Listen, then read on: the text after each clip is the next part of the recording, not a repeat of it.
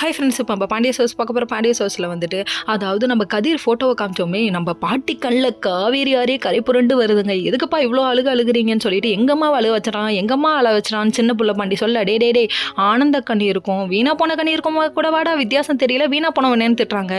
பெத்த பிள்ளைய என்ன வார்த்தை சொன்ன தாய் கிழவி அப்படின்னு சொல்லிட்டு ரோசமாக ஏஞ்சி வர, நான் அதுக்கப்புறம் நம்ம சரவணன் என்ட்ரி கொடுத்துட்டாங்க. மாப்பிள்ள நீ தான் கரெக்டுன்னு சொல்லிட்டு பழனி ஒரு பக்கம் சொல்லிட்டாங்கன்னா பார்த்துக்கோங்க. ஏன்னா சென்டிமெண்ட்டில் பெடல் எடுத்துகிட்டு இருக்கும்போது இடையில வரலாமா யாரா நீ அப்படிங்கிற மாதிரி ஆயிடுச்சு.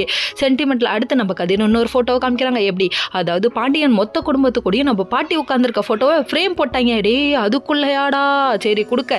இதை பார்த்தோன்னே ஆனந்த கண்ணீர் போல போலன்னு கொட்டிட்டு இருக்க. ஐயோ அள வைக்கிறானுங்களே அங்கே ஒரு பக்கம் வயிறு எறியுதுங்க. கிஃப்டாக கொடுத்து தள்ளுறீங்களேடா அப்படிங்கிற மாதிரி ஆயிடுச்சு.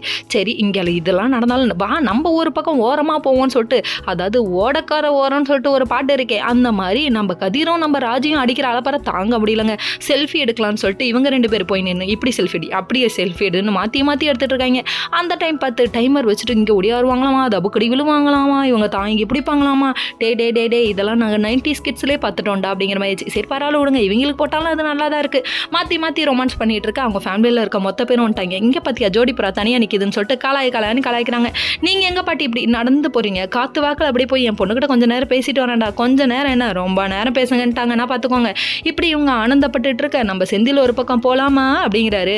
என்ன கோட்ரஸுக்கா, அங்கே யாருமே இல்லாமல் தனியாக போய் நான் கிடக்கணுமா, நான் போய் எங்கள் மாமியார் வீட்டில் உட்காருவேன்ட்டாங்க. ஆளுக்கு அவங்கவுங்க முடிவு தான். ஓகே.